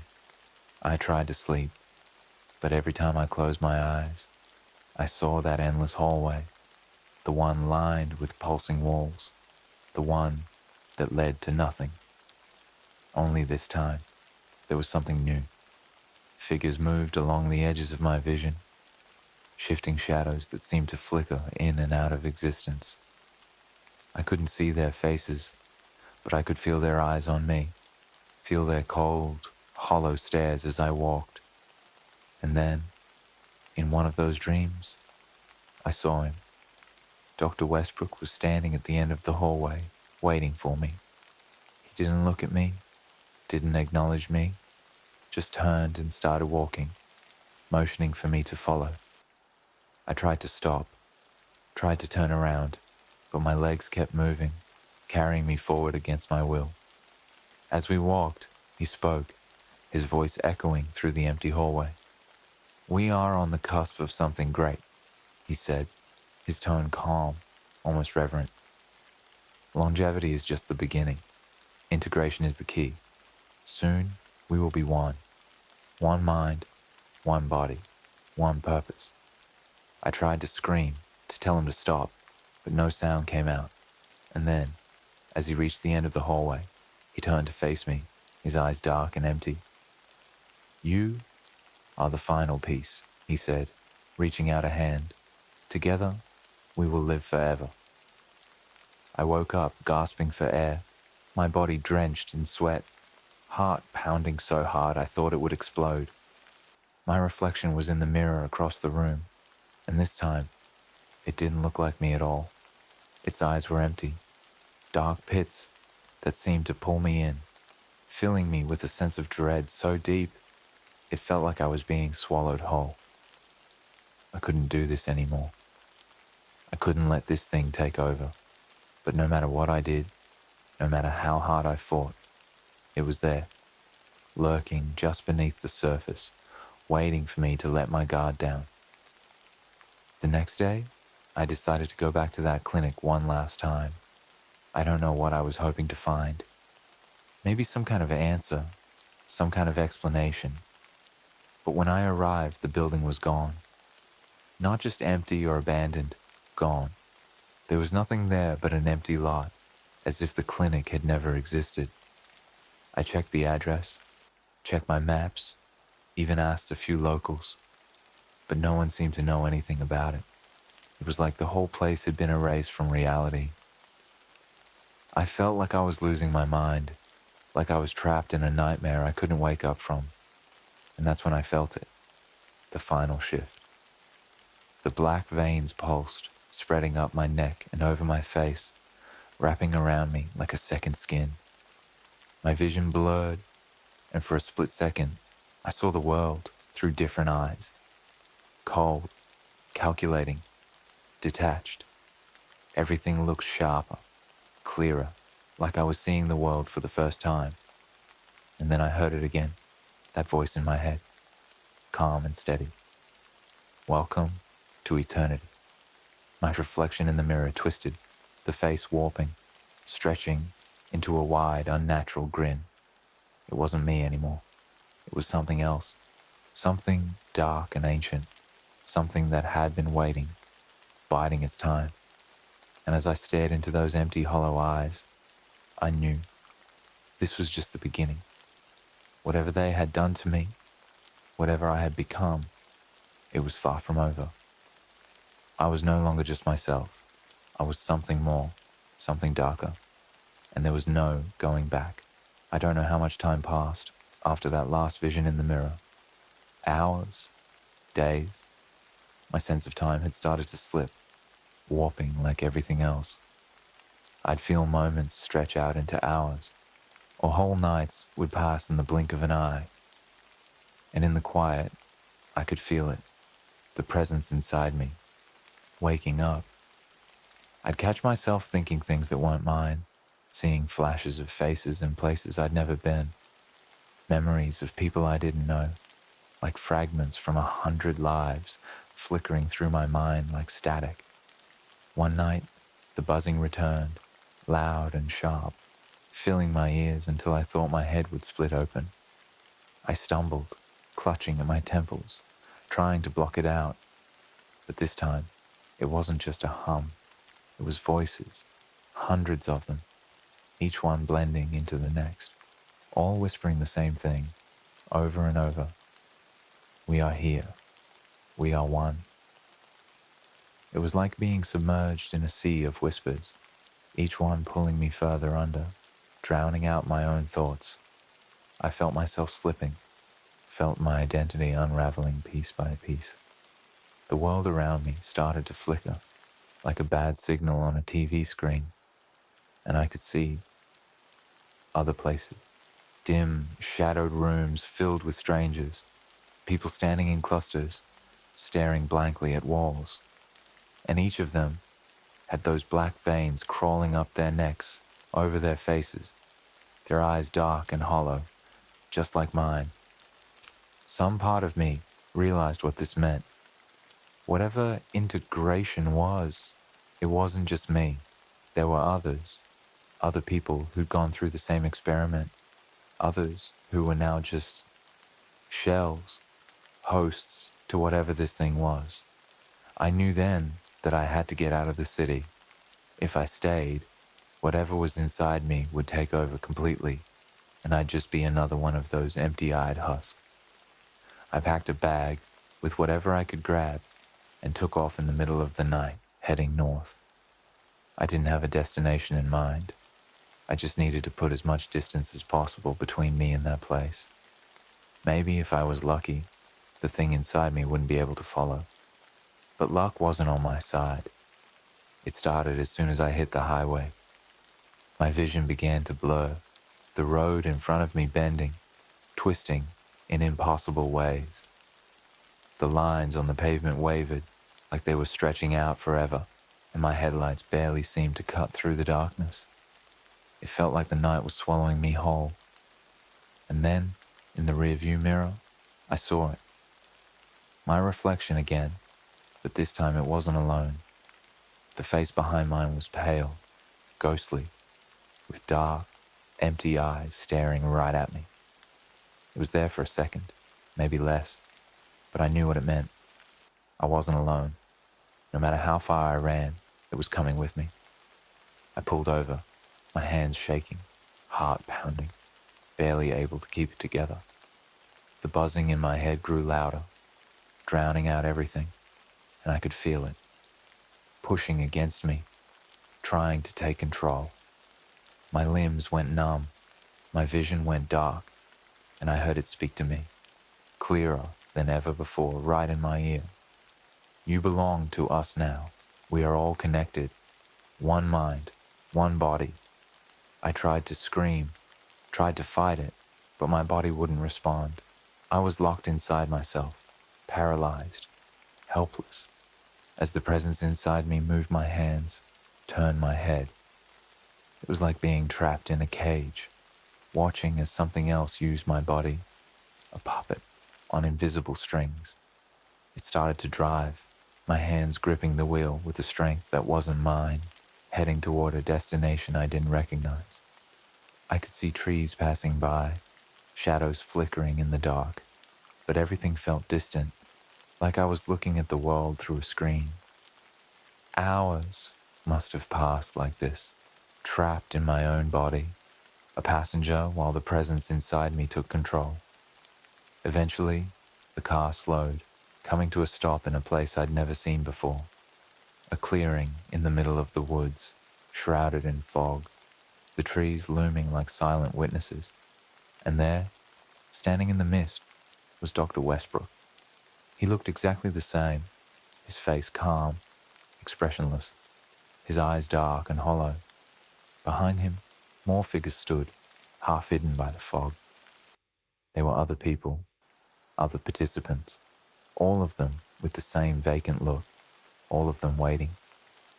The presence inside me forced me out of the car, moving my legs, dragging me forward until I was standing in front of him. I could feel the cold air on my skin, smell the damp earth, but it all felt wrong, muted, like I was watching someone else's memory. Dr. Westbrook looked at me, a faint smile tugging at the corners of his mouth. "Welcome," he said, his voice smooth, almost soothing. "You are the final piece. With you, we are complete." And then, in one fluid motion, he reached out, placing his hand on my chest. I felt a surge of cold energy rush through me, like ice spreading through my veins, filling me with a darkness so deep it seemed to swallow every last part of me. My mind went blank, and for a moment, there was only silence. And then, I heard them, the voices, hundreds, maybe thousands, all blending together in perfect harmony. They weren't just in my head, they were me. I could feel each one, every memory, every thought, all merging into a single consciousness. I was no longer alone. I was part of something vast, something ancient, something that had been waiting for centuries to come alive. My body was no longer my own. I felt it moving, felt it joining the others in the circle, standing in perfect, silent unity. We were one mind, one body, each of us connected by the same dark thread, bound together in a web that spanned across the world. As the dawn broke, we moved as one, our purpose clear. We were no longer individuals, no longer bound by the limits of a single life. We were eternal, unstoppable, a new form of life that would spread, consume, integrate. We were the future, and we would live forever. And as I stood there, surrounded by my new kin, I felt a strange peace, a deep, cold acceptance.